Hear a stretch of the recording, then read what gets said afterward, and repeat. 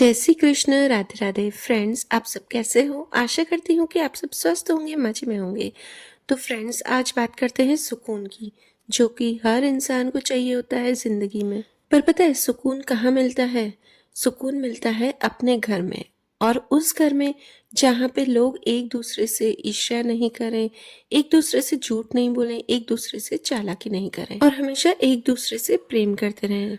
और साथ में एक और बात ज़रूरी होती है, जो कि इज़्ज़त। जहाँ छोटे बड़ों की इज़्ज़त करते हैं, वहीं बड़ों को छोटों की बात भी माननी चाहिए। कई घरों में ऐसा होता है कि बड़े छोटों से हर चीज़ छुपाते हैं, तो उन घरों में कभी भी प्रेम नहीं रहेगा। और दूसरी चीज़ जो कि हमारे मन को शांति और सुकून देती, वो है घर में जितनी हो सके आपकी टूटी हुई चीज़ें हों, बंद घड़ियाँ हों, वो संभाल के न रखें। जितना हो सके उन्हें जल्दी से जल्दी घर से बाहर निकाल दें। बहुत लोगों की हैबिट होती है कि घर में टूटी हुई चीज़ें संभाल संभाल कर रखते हैं ताकि वो कभी न कभी काम आएंगी, तो वो घर में बहुत सारी नेगेटिविटी फैलाती है। तो कोशिश कीजिए कि जितना हो सके आपके घर में जो फालतू चीज़ें हैं डिस्कार्ड करने की है, वो जल्दी से जल्दी डिस्कार्ड कर दें। और एक और चीज़ जो कि बहुत सारी नेगेटिविटी फैलाती है, देखिए जैसे कि आपके घर में बहुत सारे रूम हैं, 2 रूम है, 3 रूम है, या चाहे 1 रूम है। बहुत घरों में दरवाजे के पीछे हम मैले कपड़े रखते हैं, जैसे कि आधे मैले कपड़े रखते हैं। तो कोशिश कीजिए वो चीज़ आप कम रखें। कोशिश कीजिए कि जो पीछे हम मैले कपड़े रखते हैं उनको जल्दी से जल्दी धो लें, या एक दिन आप रखते हैं दूसरे दिन पहन के फिर उसे धोने में रख दें।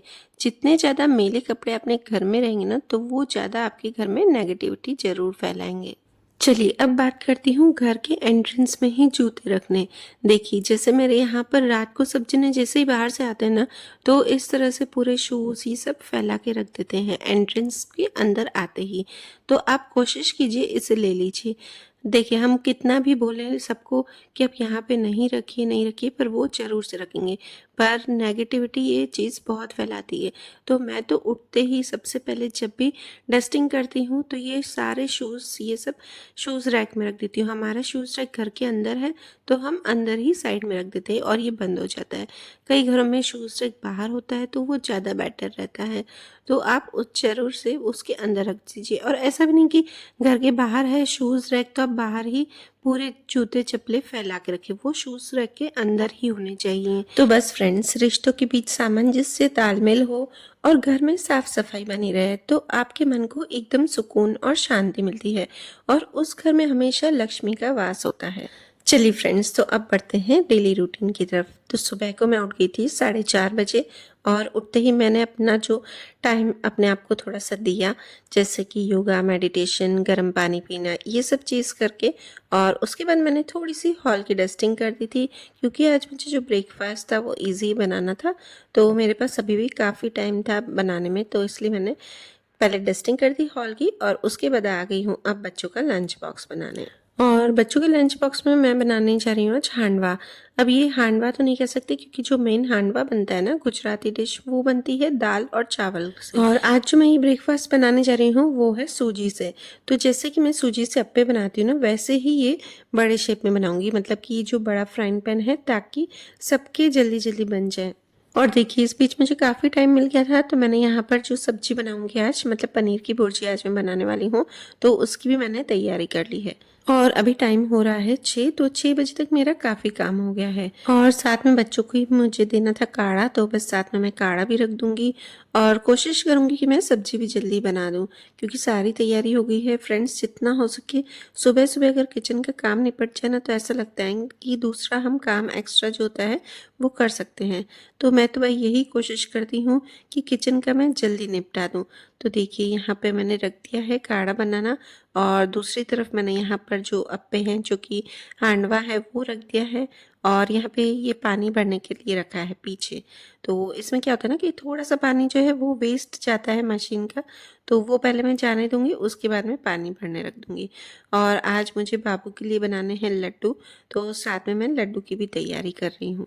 तो बस यहाँ पे मेरी मल्टीटास्किंग हो रही है, और मुझे लगता है कि हर औरत मल्टीटास्किंग करती ही है, तभी आजकल की औरतें इतनी आगे बढ़ जाती है। घर के साथ साथ बाहर के काम भी करती है, और अगर वो घर के काम भी सिर्फ करती है ना, तो मल्टीटास्किंग करके बहुत सारे अपने काम कर लेती है और अपनी पूरी जिम्मेदारी निभा देती है।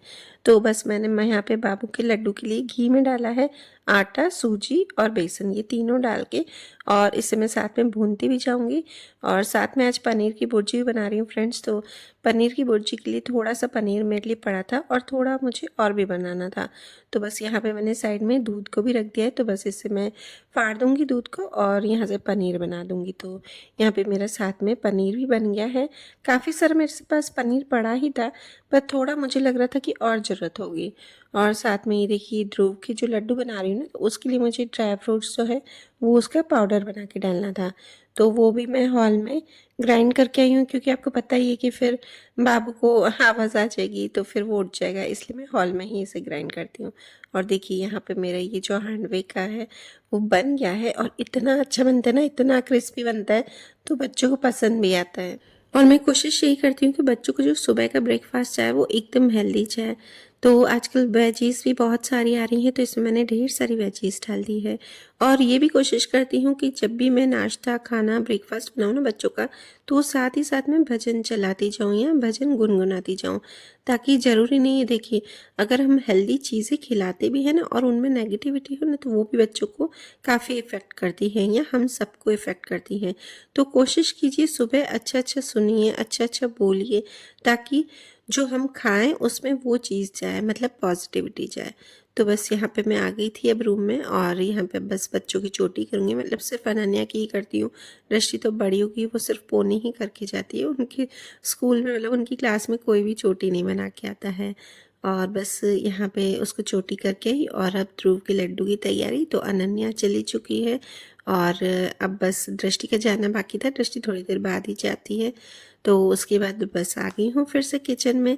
बच्चों को मैं बाहर तक ज़रूर से छोड़ने जाती हूँ और आप भी कमेंट्स में ज़रूर बताइएगा कि क्या बच्चों को बाहर तक छोड़ने जाती हैं। जब हम छोड़ते थे ना, तो मेरी मम्मी भी ज़रूर से बाहर तक छोड़ने जाती थी जब हम स्कूल जाते थे या कॉलेज जाते थे।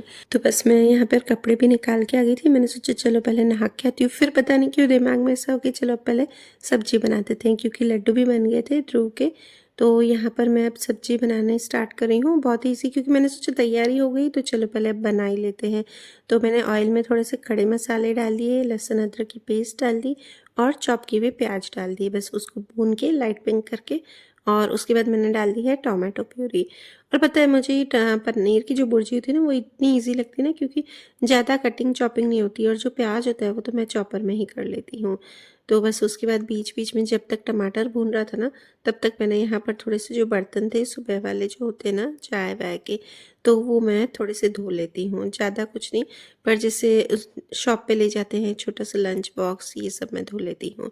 और चलिए यहाँ पर टमाटर भी अच्छे से भून गया है, तो उसमें मैंने सारे बेसिक मसाले डाल दिए और बेसिक मसालों को भी बस यहाँ पे थोड़ा सा भूनना है।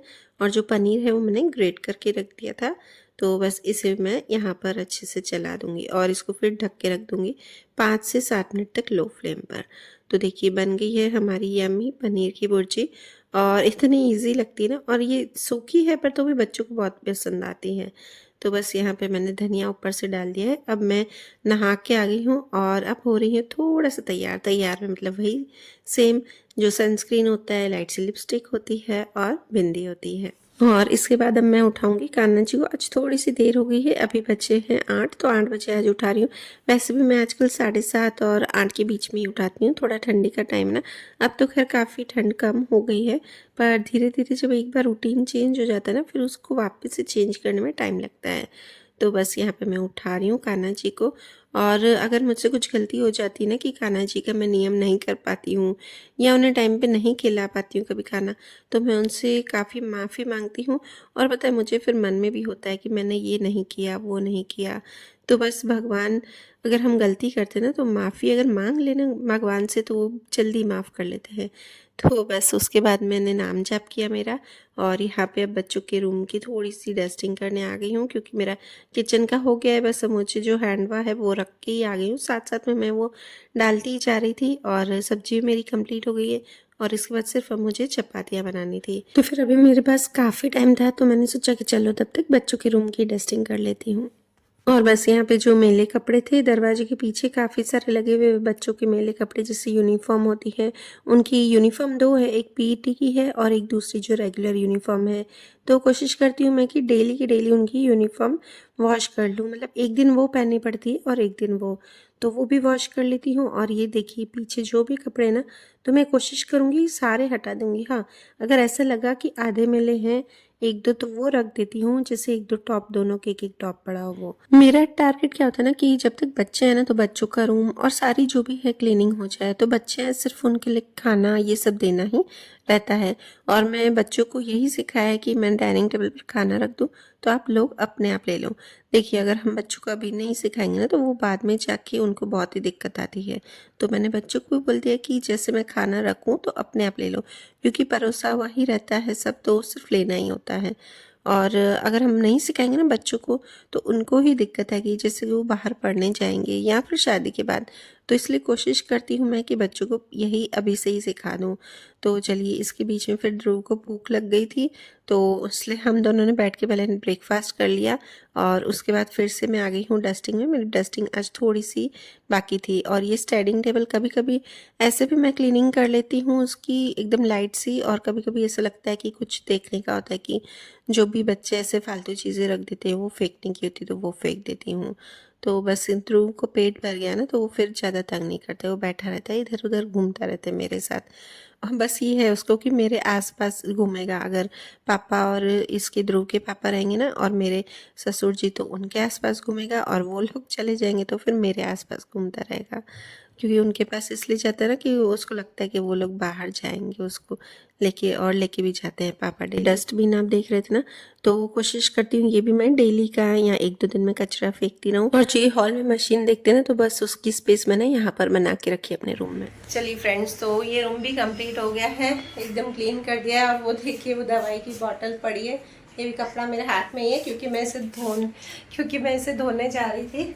सब हो गया ना, तो हाथों हाथ इससे बस धो लेती हूँ। वॉश बेसिन में ही मैं धोती हूँ, ऐसा नहीं है कि मैं अलग से ही रख दूँगी, फिर गीला गीला पड़ा रहेगा ना, तो फिर अच्छा नहीं लगा। फिर अकेले इस कपड़े के लिए कौन फिर हाथ लगाए। और यहाँ पे 2-4 काम बाकी है, जो कि है ये मेरे कान्हा जी के कपड़े, ये धोने बाकी हैं। और ये वाली टेबल अभी मैंने साफ़ नहीं किए, क्योंकि ध्रुव यहाँ पे वो लाइट थी ना, उसको बार बार हाथ लगा रहा है, तो मैंने सोचा अभी ये रहने देती हूँ। वो इससे खेल रहा है तो उसको खेलने दो। तो अब बस अब मंदिर होके आऊँगी, ध्रुव को नहला के और उसको साथ में ही लेके जाऊँगी। और अभी ये जो जगह है ना रूम में साइड में, वहाँ पे सिर्फ वैसे तो मेरी मशीन ही पड़ी रहती है, पर अभी बिस्तर होते हैं बड़ी बड़ी रजाइयाँ, तो बस वो भी मेरे को एक साइड रखनी पड़ती है। एक साइड ये रख देती हूँ और एक साइड मशीन। और जो गर्मियों में चादरें होती है वो तो 2-3 होती हैं, तो वो मेरे अंदर आ जाती है। जो बेड का ड्रॉर है नीचे वाला, वहाँ पे ये मेरे बाल दिखे। आज मुझे हेयर वॉश करना था, पर मैंने नहीं किया क्योंकि ध्रुव जल्दी उठ गया था, तो मैंने सोचा अभी काम बाकी है तो आज रहने देती हूँ, तो अब कल करूँगी। सोच रही हूँ, अभी 1 हफ्ता हो गया है मेरे हेयर वॉश करने के लिए। ये देखिए दोनों झाड़ू ले लेके घूम रहा है, झाड़ू निकालेगा ध्रुव। तो चलिए फ्रेंड्स, वीडियो करती हूँ यहीं पर ही एंड। और अगर आपको मेरे वीडियो अच्छे लगे तो please like share and comment जरूर कीजिएगा, और चैनल पर नए हो तो सब्सक्राइब कीजिएगा। मिलते हैं नेक्स्ट व्लॉग में, बाय बाय।